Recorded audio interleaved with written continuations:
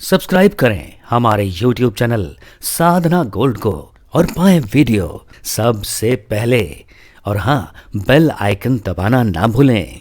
हमने बड़े बड़े ज्ञानियों को देखा है जो नए नए होते हैं, वो चुप नहीं रहते, कुछ ना कुछ ज्ञान देते रहते हैं, बोलते रहते हैं। और जिसने परम तत्व को पा लिया, उस ज्ञान के माध्यम से वो ऐसा मौन होता है कि फिर वो कुछ कहने को तैयार नहीं होता।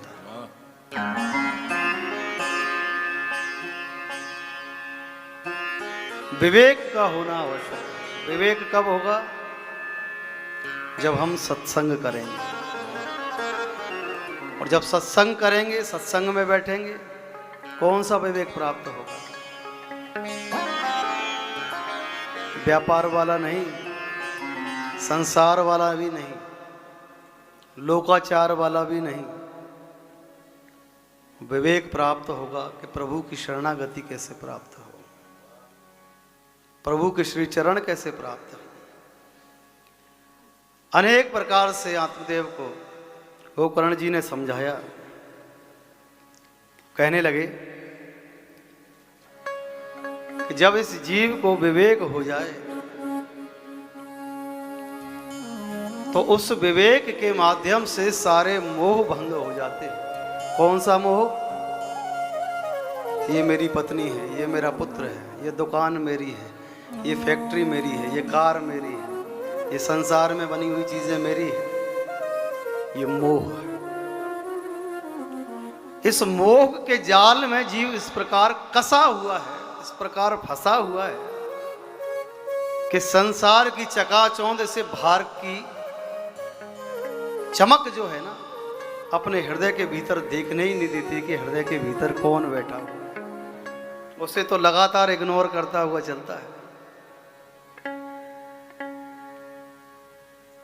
क्योंकि संसार की चमक ने नेत्रों को अंधा कर दिया।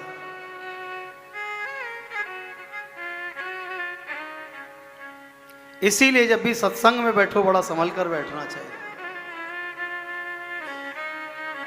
क्योंकि संसार की भोग वासनाएं जो है ना, ये इस जीव के हृदय में, इसके भीतर कैसे प्रवेश कर जाती है, इसको स्वयं को पता नहीं चलता।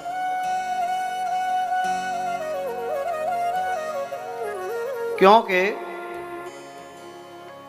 क्रोध हमारे कानों में बैठा हुआ है, क्रोध हमारे कानों में बैठा हुआ है।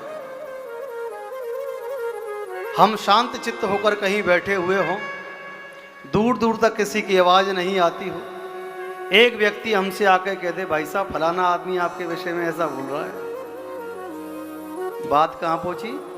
कान में।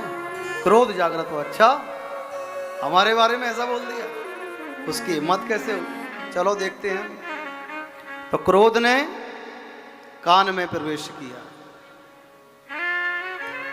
लोभ मुंह में प्रवेश करता है। किसी भी वस्तु का लोभ हो, वो मुंह के द्वारा प्रवेश करता है, मुख के द्वारा प्रवेश करता है।